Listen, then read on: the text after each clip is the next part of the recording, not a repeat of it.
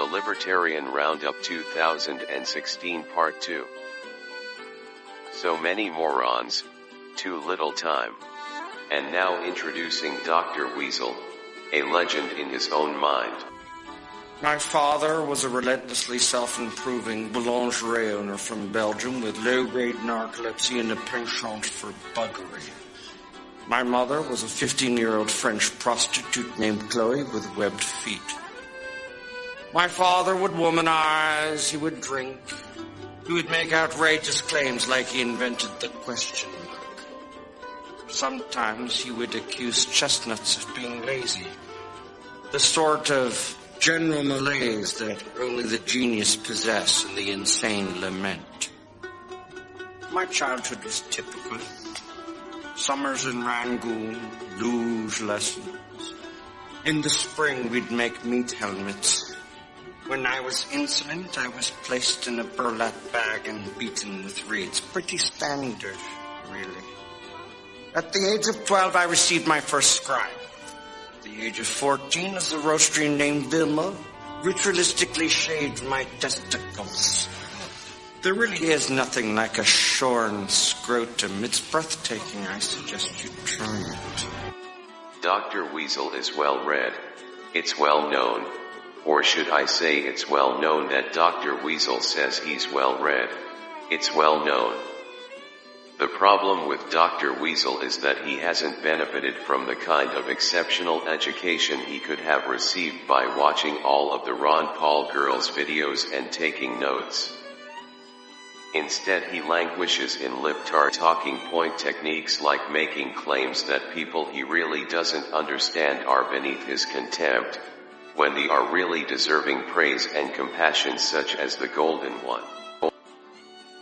Dr. Weasel called the Golden One something like a vegan Nazi who was beneath contempt, when in reality the Golden One is just learning about veganism from Corey, a super nice guy who is a vegan and friends with other people that Dr. Weasel would call right-wing nut jobs because Dr. Weasel speaks in libtard talking points.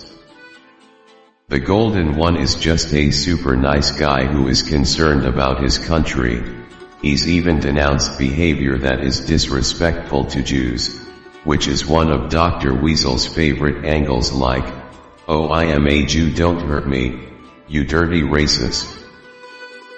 The Golden One is very concerned about protecting his country Sweden from massive invasions and degradation, but that kind of talk doesn't side well with Dr. Weasel, the globalist libtard who likes to attack people with illegitimate claims and then scream like a baby when they question his lunacy, which is why he has earned the coveted award of Lame Troll of the Year, presented in the Ron Paul Girls Genius video, Ecological Libertarianism Part 1.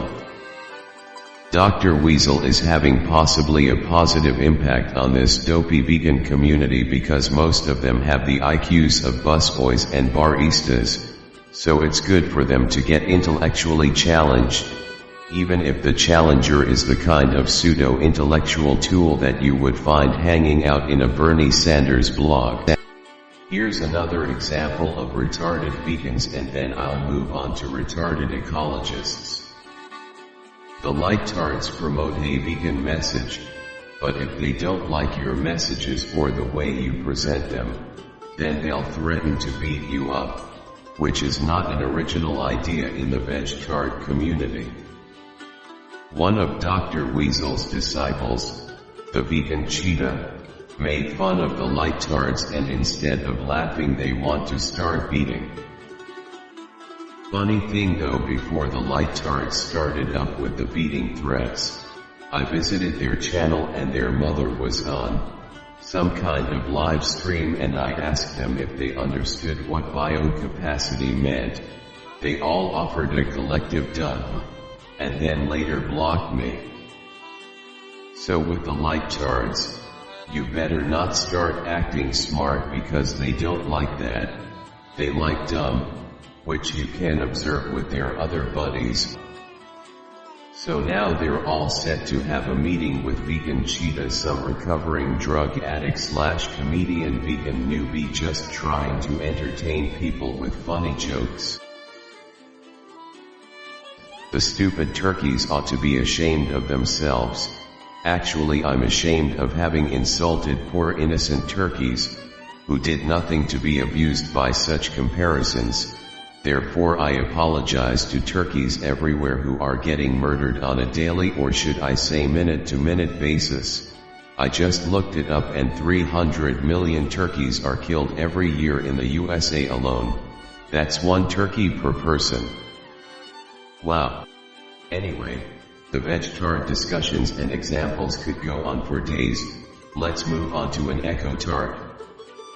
This is a copy of a discussion I had with a fake eco-tart who couldn't grasp the most basic concepts regarding biocapacity. On another video I had to explain to him the role of the sun and the Earth's ecosystem because he didn't include solar energy in his diagrams of what goes on with the Earth and its ecosystems, which is hilarious because the processing of solar energy is what life is all about on planet Earth. Anyway, here's the comment discussion from a video discussion around 2013. You kind of messed that one up. You forgot to put it all in the context of population as the multiplier. Then you got off on the factory worker issue, which does not relate to sustainability but more to quality of life. Sustainability Illustrated. Interesting perspective. Thanks for your comment. This is not only my personal opinion but the result of a scientific consensus. So we can choose to agree with it or not, but it does not change the fact that 50 scientists agreed on these being the root causes of unsustainability regardless of the size of the population. Regarding the factory worker, it is only one example of a way we systematically create barriers for people to meet their need, and you are right to say that it relates to quality of life, but it is also a root cause of unsustainability. People cannot be expected to comply to the other 3 if they are not able to meet their own basic needs. I hope this helps clarify a little. Smiley face. I happen to know a lot about these issues. 1. I was referring to the iPad formula. If you don't have population in your formula, then your formula is incomplete. It's that simple. 2. Population got played down for all kinds of scammy reasons, such as corporations taking advantage of illegal alien labor and all kinds of nonsense. Population is the key multiplier to everything else, so it absolutely can't be ignored or underemphasized. 3. Exploitation of the masses in underdeveloped countries has zero to do with ecological footprints. That's a quality of life issue developed in the modern world. Yes, the factory cultures create a mess on their own with urbanization, but those are separate issues. Exploitation of the peon masses has been going on for maybe 10,000 years and had little effect on the ecologies because the numbers were small. 4. Most scientists aren't very bright and many fell for all kinds of global warming Al-Gore nonsense, which didn't even need to be argued because of the need to protect the environments from depletion and pollution anyway. So I wouldn't be hanging my hat on what a group of scientists may be saying because most of it is typically self-serving. Look at what most of them said about diet, for example, as little as a few decades ago. Sustainability Illustrated. This is great. I totally agree that issues with social systems such as working conditions in developing countries are very different from impacts on natural systems. I also agree that not all scientists are very bright, and I remember what some of them said about climate change and formula being better for babies than their mother's breast milk. I personally have a scientific background myself, and I have to say that these root causes made sense to me, and I have had success using them in my work as a sustainability consultant. There has been a consensus, and they have been peer-published, peer-reviewed, and refined for about 25 years, unlike the diet and climate change mistakes mentioned above. I also agree that population plays a role in how we will become sustainable, but I think that the root causes are the same whether we are 7 billion or 10 billion. They come from the natural cycles on planet Earth, and they are what they are regardless of how many human beings are alive. Do you have anything to recommend on taking the impact of population into consideration? The population factor is the simple math involved in any sustainability equation, as the footprint and biocapacity, or I equals PAT formulas explain. If it takes X amount of space, energy, and other resources to sustain one person, then it will take X times 2 to sustain 2 persons, and so on. The real problem is that we still live in a junk world of technology, and we have a long way to go before all of our production is dynamic and conservative of resources, so it's a real mess. Politicians like Al Gore live on the votes of the ignorant, so they need a continued supply of ignorant people to support their campaigns. Al Gore was caught saying that he thought rocks were millions of degrees under the surface of the earth, and Conan O'Brien is such a moron he wasn't bright enough to catch it. So I don't trust any of these people's opinions. I'm merely interested in the science and data behind any of this. We had population growth under control in the USA by the early 70s, and then it all got wrecked by massive immigration and illegal immigration for cheap labor and political reasons. Just like slavery caused all kinds of problems in the USA and still has a load on the USA today. My last video covers some of this. The solution is for each country to make it a passion that all activities, products, and services mesh with their environments in a clean and balanced way in as libertarian manner as possible, so you don't have massive police state bureaucracies micromanaging everything with massive inefficiency, resulting in the destruction of creativity and freedom in general.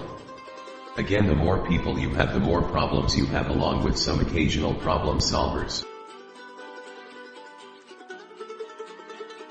Sometime later, I received a message from Sustainability Illustrated to shut up about population control on his videos, and that he was recording a complaint against me for talking about it so much on his videos, to which my response was, 1. Then you're just a liar and a phony then, which isn't my problem, it's yours obviously.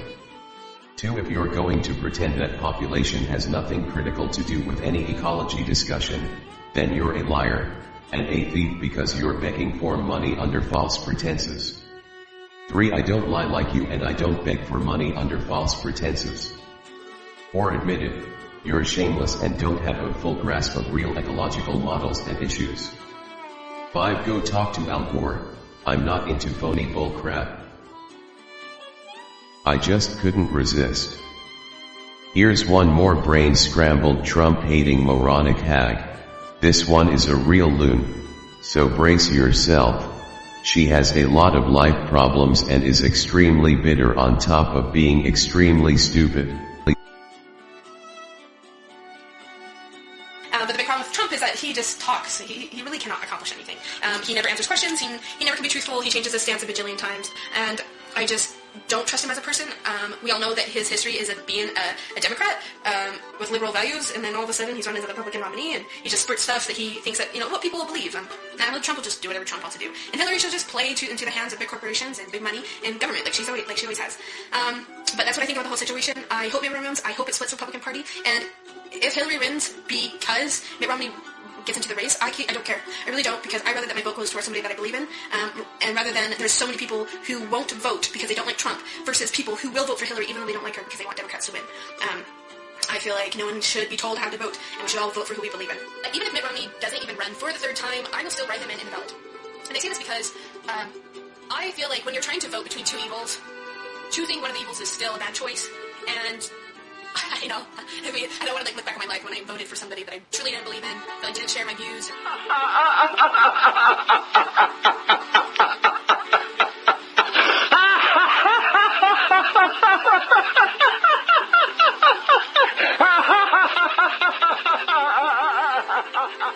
I went to this lying loon's channel because she claimed to be vegan and conservative and turned out to be a real bummer and a liar. Numero uno. I asked her what federal budgets she proposed, what she would do about overpopulation and border control, and who she endorsed for president. Numero dos. She had no answers and got very frustrated and then began name-calling and then shut down the goofy You Now session she was on. Numero tres. I later discovered that she came from a family of 10, who didn't give a shit about overpopulation, and her brain-dead parents were suffering from major health problems, and that she cuts up the meat from innocent animals that her dumb-ass husband kills. Numero cuatro. We should be thinning out the human population to a reasonable level in the USA, which is already overpopulated 50% beyond its biocapacity, with mass deportation, a wall, border, and immigration control with a decent president like Trump, and leave the innocent animals alone. Numero cinco. Later I discovered that she was some kind of moronic Mormon who is knee-deep in ultra-stupid Glenn Beck/Romney talking points, and that she's just a dumb bitch who doesn't do any thinking for herself. Numero seis. We can also begin to liberate people from the miseries of overbloated crazy government with lower spending and taxes and less intrusive regulations, but this moronic Mormon nutjob endorsed Romney, who is a big government, flip-flopping liberal joke. How pathetic. Another brain-dead vegan. The vegan diet can be a healthy part of an ecologically libertarian lifestyle and culture, and there are some good and reasonable vegans out there. This crazy lying chick just isn't one of them.